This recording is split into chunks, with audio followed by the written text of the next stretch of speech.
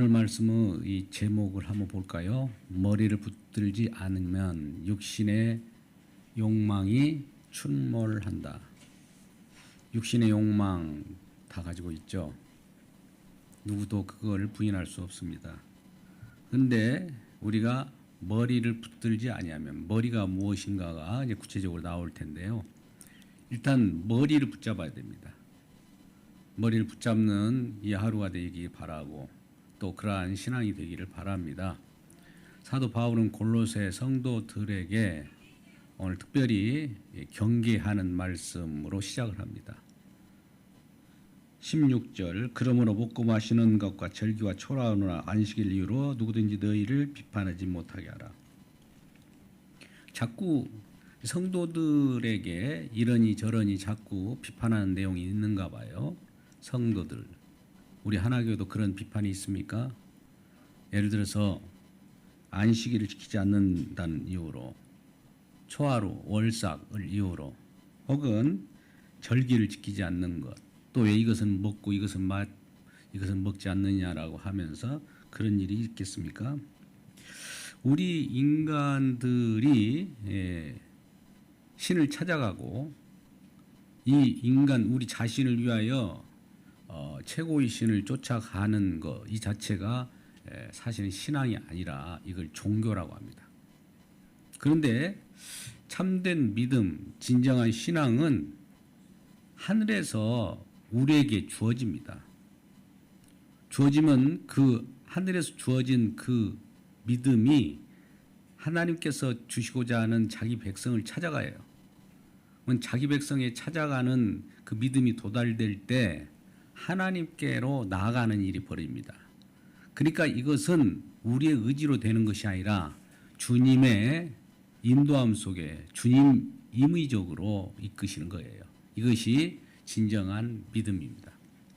근데 우리 인간이 이러한 믿음과 또 하나님이 주시는 믿음을 우리가 혼용해서 우리 열심으로 하는 그 모습, 겉으로 드러나는 걸 가지고 신앙이 있다. 겉으로 보이지 않는 것은 신앙이 없다라고 생각하기 쉬워요. 누구나 그렇게 판단하지 않습니까? 그런데 그렇게 판단하는 것을 비판 못하게 하라는 겁니다. 참된 믿음과 거짓 믿음의 구별을 할까요? 한마디로 육체로 시작하는 인간의 믿음과 하나님이 주시는 믿음의 그 구분을 분명히 오늘 해주고 있습니다. 그것이 본문의 말씀에서는 세 가지 차원에서 나타납니다. 요약하면 그런 것이죠. 오늘 16절을 읽었습니다. 16절, 17절 말씀 속에 이렇게 이것들은 장래의 일의 그림자이나 몸은 그리스도의 것이나 장래의 일의 그림자일 뿐이지 몸, 실체는 그리스도라는 거예요.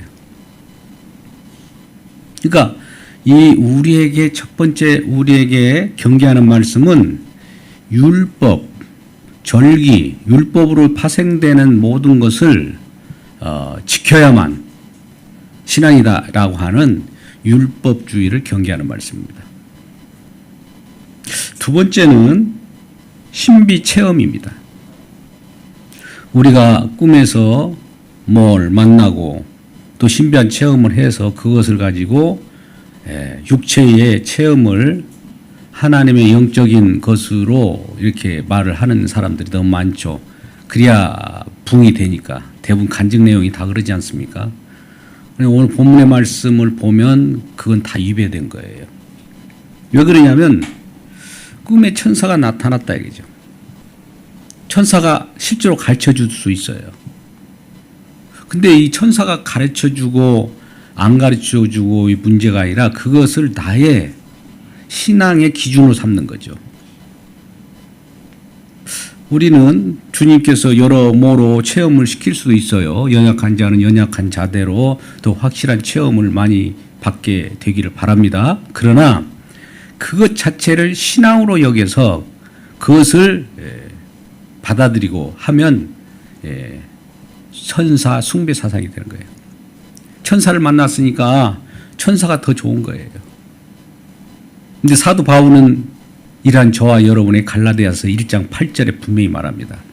우리라도 또 하늘에서 내려온 천사라도 우리가 전한 복음 외에 다른 복음을 전하면 저주를 받을지어다. 천사가 전해준다 할지라도 지금 막 현시적으로 나타나서 전한다 할지라도 그걸 받지 말기를 바랍니다. 오늘날 그런 교회들이 많이 성장해요. 그러니까 그들도 성장한다고 하나 많이 지옥 갈 백성들을 모으고 있는 것이죠. 근데 분명히 말합니다. 하늘에서 내려온 천사가 전해주더라도 그거 믿지 말라는 거예요. 천사가 전해준 말씀 믿는 그 자체가 천사 숭배 사상이거든요. 보았다. 육신적으로 봤으니까. 그들이 안 본 거 아니에요. 그렇게 보게 합니다. 그걸 잡게 합니다.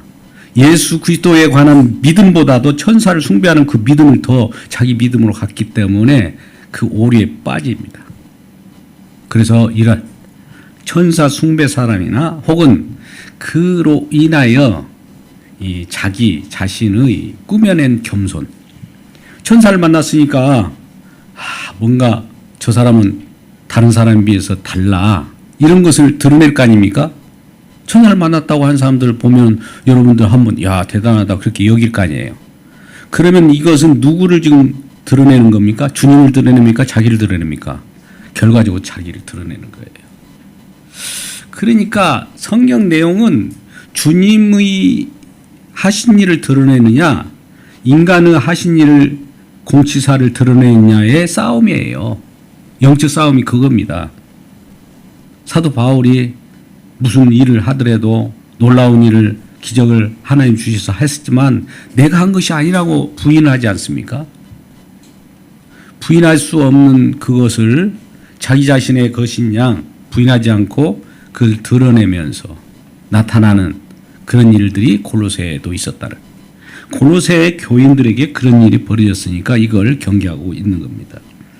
세 번째는 금욕주의입니다. 금욕주의.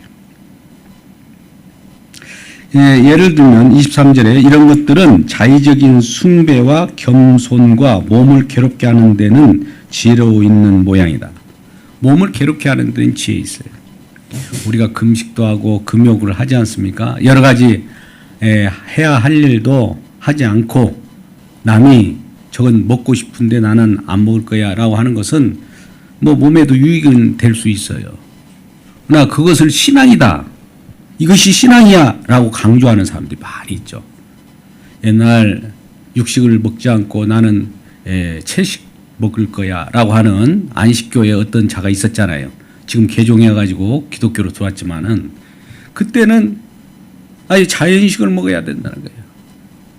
그래가지고 채식주의, 채식을 먹어야 병이 없다라고 그래가지고 그것이 또 신앙인들이 해야 될 일이라는 겁니다. 그래서 어느 교파에서는 고기를 먹지 않는 그런 일들이 벌어지고 있습니다. 우리는 이와 같이 금욕주의, 자기 자신을 수련하고 또 자기 자신을 고행하고 초기 기독교 개혁자인 루터도 그와 같은 고행을 해봤어요. 근데 안 된다는 거예요. 왜 안 될까? 수도원에 그토록 수도원들이 대부분 그런 일의 집단 아닙니까? 고행을 해서 하나님이 이런 모습을 보면은 그래도 불쌍히 여겨줄 거야 라고 생각하는 거죠.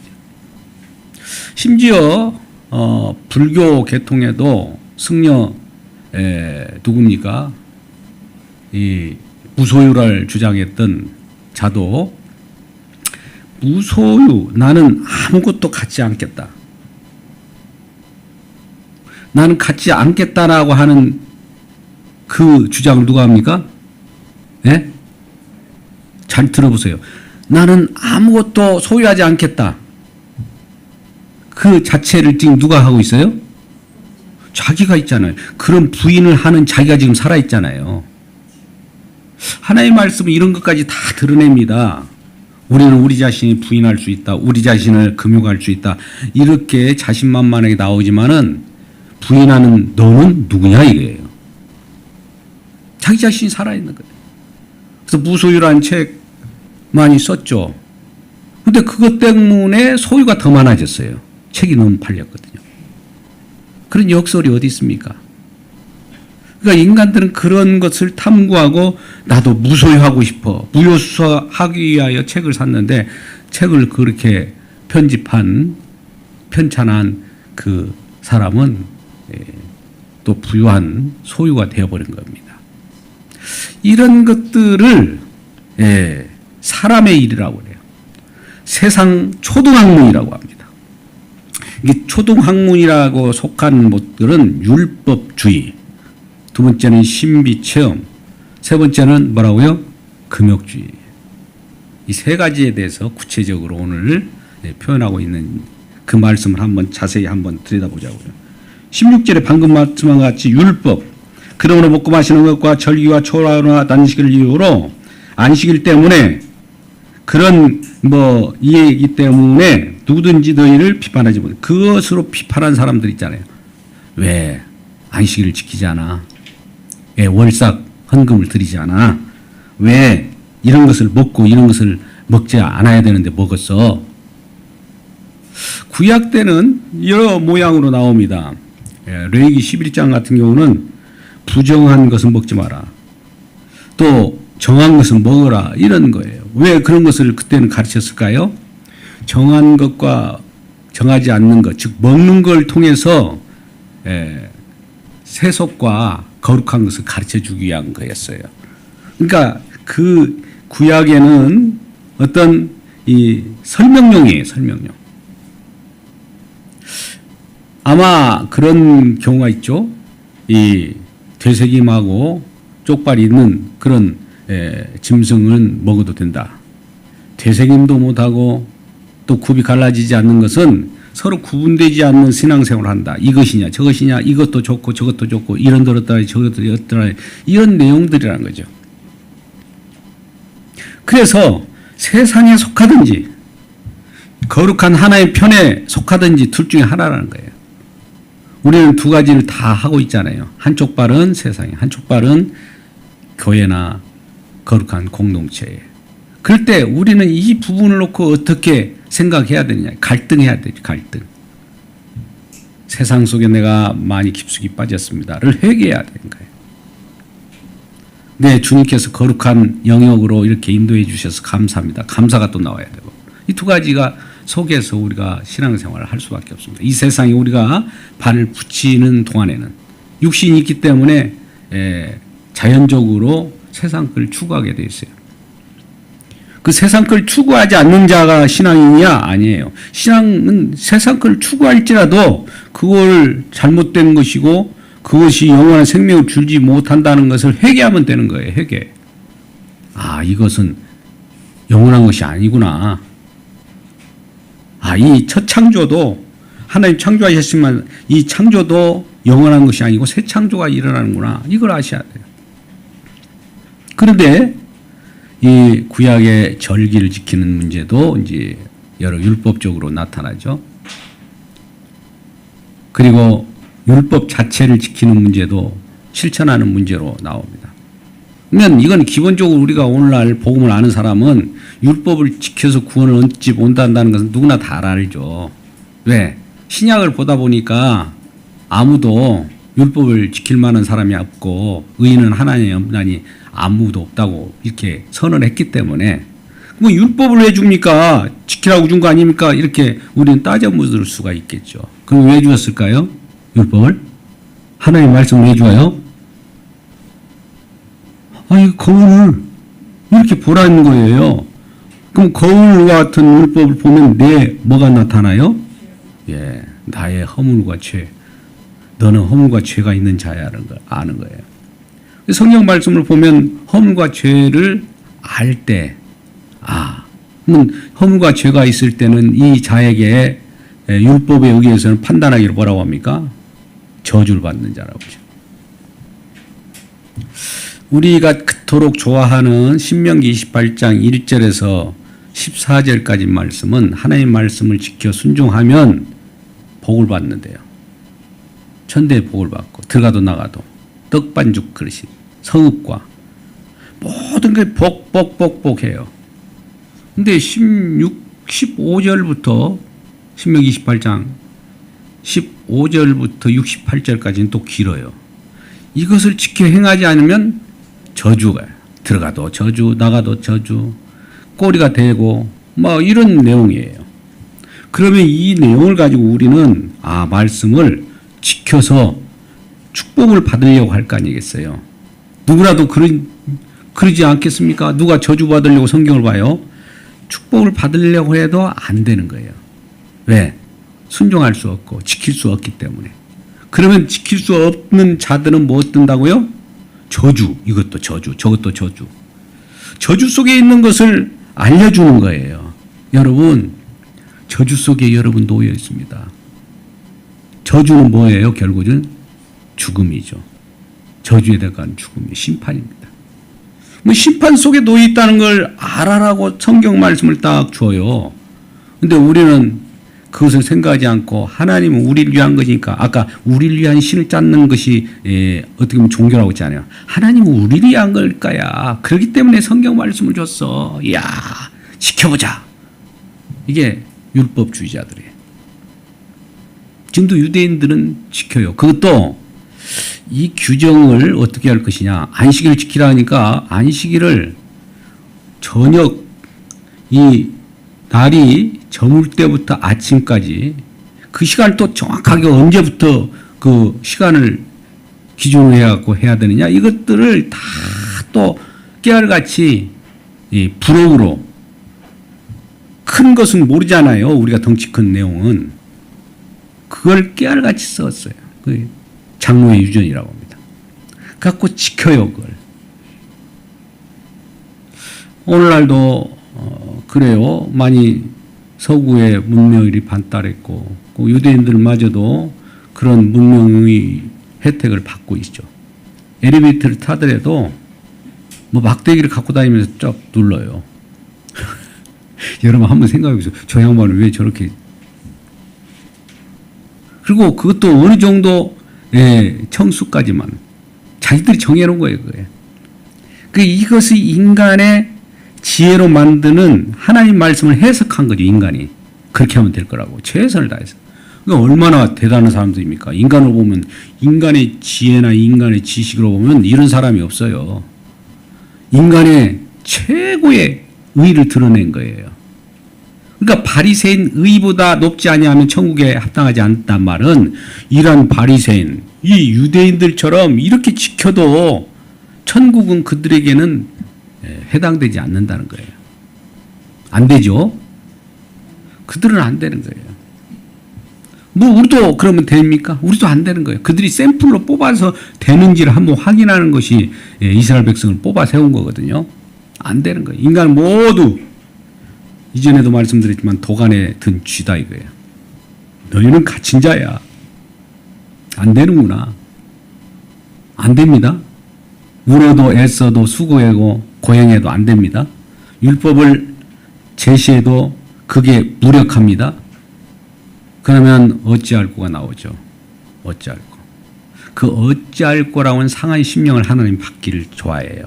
하나님은 좀 특이한 분이셔서 우리 인간이 상한 심령, 인간의 상한 심령을 받아요. 그러고 나서 우리 주님께서는 조치를 해 주십니다. 그래서 율법에 관한 것들을 이렇게 지키려 하는 때 왜 지켜야 되는데 저 사람들은 지키지 않고 있습니까? 이렇게 비판하는 사람들을 경계하라는 거예요. 그렇게 비판하지 말라는 거예요. 뭐 다른 개혁 한글에서는 폄론하지 말라 이렇게 표현했습니다만, 그리고 이것들은 장래일의 그림자. 그림자라는 건 뭡니까? 장래일이라고 하는, 장래의 일은 장차 이 실체가 와서 하실 일을 말해요. 그러니까 실체가 오기 전에 그림자예요. 자, 우리가 실체 되신 분이 오면 빛을 우리가 발하게 되면은 빛의 주인공이 나타나면은 그 빛과 더불어서 그림자가 형성이 되잖아요. 그림자가 형성이 돼요. 근데 그림자를 이렇게 따라다니면서 그림자를 본다는 것은 실체가 있다는 확실한 증거잖아요. 그죠? 실체가 있다는 증거이지 그림자 자체가 실체입니까? 아니죠. 그러니까 절기나 월삭이나 안식일이나 먹고 마시는 이것이 예수님이 아니에요. 근데 그걸 가지고 지키면 신앙이다. 예수를 믿는 것이다. 아니라는 거죠. 그림자는 실체가 오면 어떻게 됩니까? 실체가 나타났어요. 그러면 사라지죠. 그림자를 붙잡고 나는 참 경건한 신앙이냐? 이런 사람들이 있어요. 그런 사람들이 또 오히려 율법을 더 충실하게 하고 말씀대로 살려고 한다는 내용이에요. 근데 말씀대로 산다는 것이 뭐가 잘못됐느냐? 율법주의라니까요. 말씀대로 사는 것이 율법주의예요. 아니, 그럴 수가 있어요? 말씀대로 사는 것이 아니면 뭡니까? 이런 질문이 나와야 돼요. 여러분들은. 그러면 신앙은 말씀대로 사는 것이 아니면 뭐예요? 그다음 우리는 그렇게 들어왔는데. 말씀대로 이루신 분을 믿는 것이 신앙이에요. 말씀대로 이루신 분이 따로 계시다는 거예요. 아까 실체가. 이 부분이 복음입니다. 사도 바울이 그토록 목이 터져라 외치고 또 이 복음을 증언하면 아까 율법주의자들이 뒤따라다니면서 회방을 해요. 갈라디아 지방에 특별히 그랬잖아요. 복음을 1차 전도 여행에 갈라디아 지방에 가서 이란 주님이 주시는 복음을 전하고 우리 모든 율법을 우리 주님께서 오셔서 완성했다. 율법의 완성이 예수님이잖아요. 다 완성했는데 그럼에도 불구하고 여러분들 율법을 지키세요. 그러면 어떤 일이 벌어질까요? 주님께서 완성하신 율법을 우리도 지키면 주님께서 지켰으니까 우리도 지키면 좋은 거 아닙니까? 이런 얘기 하잖아요. 그것은 반대로 생각해 보세요. 주님이 하신 그 일을 무의로 돌려버린 거예요. 주님이 하신 일이 율법을 완성하기 위하여 오고 언약을 완성하기 위하여 왔는데 그것을 믿지 않고 그러면 주님이 왜 오셨습니까? 필요 없는데 우리가 지키면 되지. 이럴 거 아니겠어요? 주님이 필요 없는 거예요. 그러니까 그분을 잘 하셔야 돼요. 근데 그걸 알지 못한 자들이 지금 안식교라든지 그런 율법에 매 있는 자들이. 그들은 거룩한 자들이에요. 어떻게 보면 사람들이 볼 때, 신앙인으로 저 정도는 돼야지. 심지어 결혼을 했어요.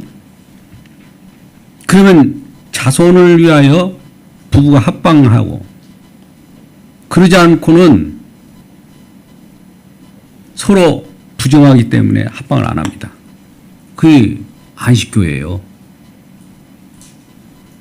우리가 볼 때, 그래? 대단하다. 우리는 그렇게 여길 거 아니에요. 깨끗하다. 그러면 이 깨끗하다는 것이 주님의 깨끗함입니까? 자기 깨끗함입니까? 자기 깨끗함, 자기를 드러낸 거잖아요. 주님의 일하심은 전혀 생각하지 않고 자기 깨끗한 것으로 신앙을 증언하려고 하니까 안 되는 거죠. 자기를 드러내는 것이 신앙이라고 생각하는 게 아닌데. 두 번째는 아까 천사 숭배사사 잠깐 언급하겠습니다. 꿈속의 계시. 너무 그거 의지하지 마십시오. 여기에 계신 분들도 봤다, 느꼈다, 체험 많이 했죠. 저도 물론 마찬가지입니다. 그런데 거기에 몰입하다 보면 우리 주님이 이끄신 대로 가지 않고 이 왜 신비 체험한 것들을 왜 이렇게 얘기할까요? 간증을 왜 합니까? 여러분들에 비해서 나는 이런 간증을 했어. 나는 하나님과 관계가 좀 더 확실한 자 아닌가? 이걸 드러내잖아요. 그러면 다시 말해서 이것은 주님을 드러내는 겁니까? 자기를 드러내는 겁니까? 이런 것들을 구분을 하셔야 된다고요. 주님을 드높이다가 나도 드높여지면 되지 않습니까? 이런 생각도 갖는데 그건 아니에요. 사도 바울은 무조건 주님만이 오롯이 영광받고 자기는 그 아래에 찍기만도 못한 그런 역임을 받기를 원해요. 나는 아무것도 아니다. I'm nothing. 나는 아무것도 아닙니다. 이런 고백이 나와야 되는 거예요. 왜요? 날마다 우리는 십자가에 못 박고 있거든요. 우리 주님은 십자가의 능력을 가지고 그냥 십자가가 사형 형태를 단순하게 그렇게 보지 마십시오. 십자가의 능력이라는 것은 우리를 휘몰아칩니다. 블랙홀처럼 와서 완전히 우리를 깔아뭉개 버려요. 우리의 생각, 우리의 이론, 우리의 신학체계 이런 것마저도 다 휘몰아쳐 싹 물어 돌려버려요. 무너뜨려 버려요. 무너뜨린가? 이거 어떻게 합니까? 십자가의 능력이 무너뜨리고 나서 세워지는 것이 성령이 가르쳐줘요. 이제 주님께서 알려준 내용대로 우리가 정언하면 돼요. 그대로 또 살아가면 되는 겁니다. 그런데 천사가 알려줬다는 거죠. 이 초대 교회에도 이제 이런 일이 벌어졌고 히브리서에서도 천사 숭배를 이제 그림자로 표현합니다.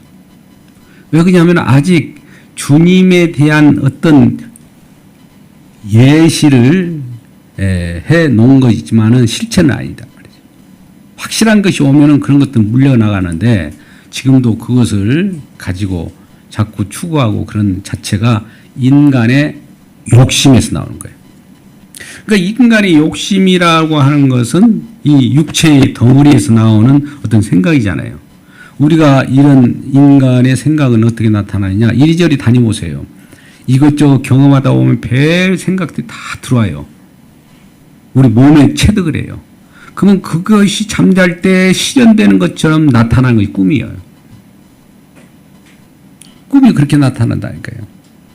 근데 그것이 계시의 내용이라고 생각하면 큰일이에요. 초창기 우리가 성경을 기록했던 사도들이야 하나님이 꿈을 통해서도 계시를 전달했습니다. 꿈을 통해서 그때는. 근데 계시가 지금 완전하잖아요. 계시가 성경으로 완전히 계시 내용이 다 오직 성경으로 완성됐죠. 성경에 또 외경이나 무슨 유경이나 이런 걸 보태야 됩니까? 아니면 사람 체험들을 보태야 성경이 됩니까? 그건 아니죠. 성경 속에서 어떤 계시의 내용이 나타나는데 계시의 내용은 단지 그리스도예요. 그리스도를 만난 자들이 어떻게 반응하는가만 나타나요. 그리스도 만난 자는 감사밖에 안 나오죠. 회개와 감사밖에 안 나오는 것 같아요. 그런데 회개와 감사보다는 나는 이런 사람, 이런 천사를 만났다. 이 꿈속에서 누군가가 가르쳐줬다. 흰옷을 입고 누군가가 나를 덮어줬다.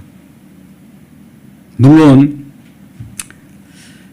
초기 신앙 때는 그런 것들이 많이 경험된 자도 또 많아요.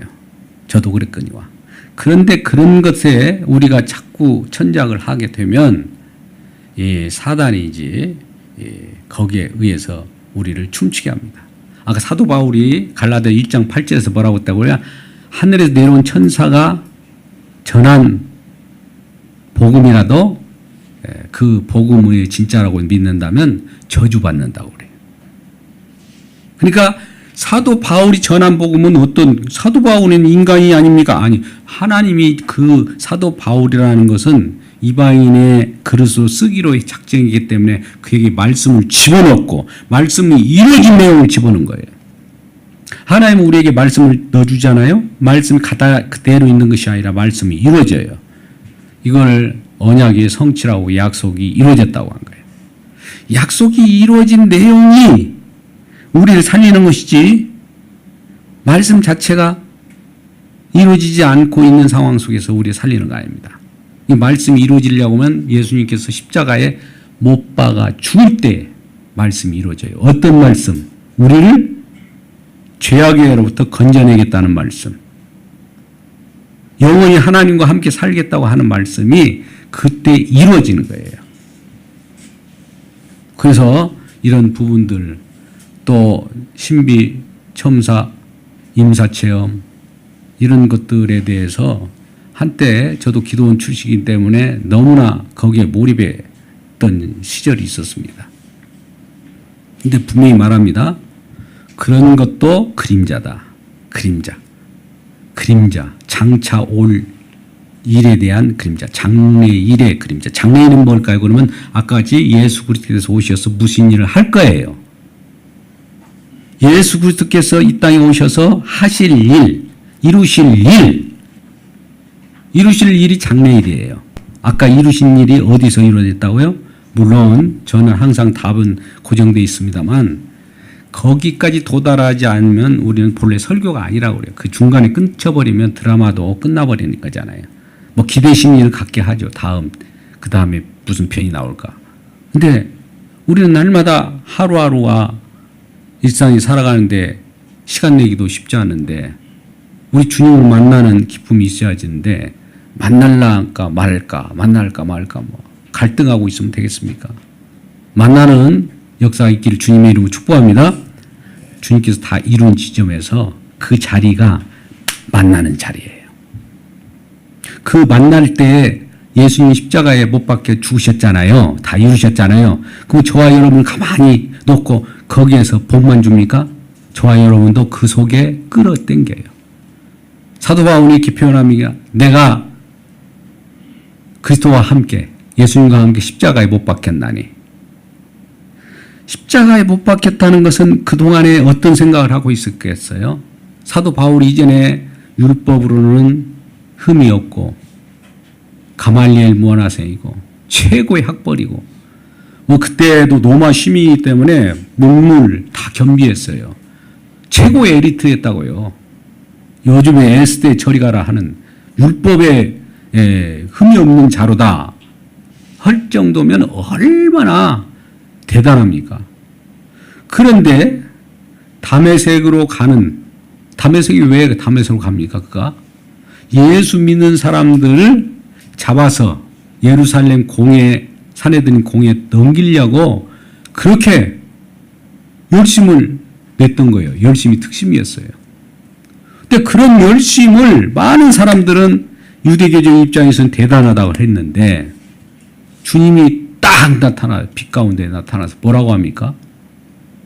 사울아, 사울아, 왜 네가 나를 박해하느냐? 사도 바울이 예수님을 박해한 적 있습니까? 예수님이 십자가에 돌아가실 때 그 근처에 있었는지는 모르지만은 전혀 못 박은 적도 없고 핍박한 적도 없는데 예수님은 언제 직접적으로 핍박을 해요? 그런데 예수 믿는 사람들을 박해하는 것이 예수님 핍박한 거예요. 그러니까 우리도 예수 믿는 사람들이 저와 여러분이지 않습니까? 여러분들 누군가 핍박하고 박해하고 우겨싸움을 갖고 힘들게 한다면 그 예수님을 핍박한 거예요. 그러니까 형제 자매들도 서로 이렇게 비판하지 말고 정죄하지 말라고 하는 것은 예수님의 자녀이고 예수님의 백성이기 때문에 예수님이 동일시해요. 예수님을 비판하는 거나 예수님 자녀들을 비판하는 거나 똑같은 거예요. 그런데 그런 사도 바울이 그와 같이 왜 예수님이 말씀하시기를 나를 비판하느냐. 어떤 분이에요? 십자가를 지신 분이 딱 나타난 거예요. 완성하신 그분이 나타난 거예요. 그러고 나서 이제 그 순간에 그 사도 바울이 허물어집니다. 눈꺼풀에 있는 그런 것도 다 벗겨져요. 이전에 자기가 보는 눈, 육신의 눈으로 이것저것 경험했고 율법적으로 하나 흠이 없다라고 생각했던 자가 완전히 나 같은 죄인이 어디가 있나. 점점 세월이 흐를수록 죄인 중에 괴수라는 걸 점점 알아가요. 그전에는 의롭다라고 그랬어요. 나는 뭐 의로워. 하나님 말씀을 지킨 만큼 더 의롭다는 생각을 했겠죠.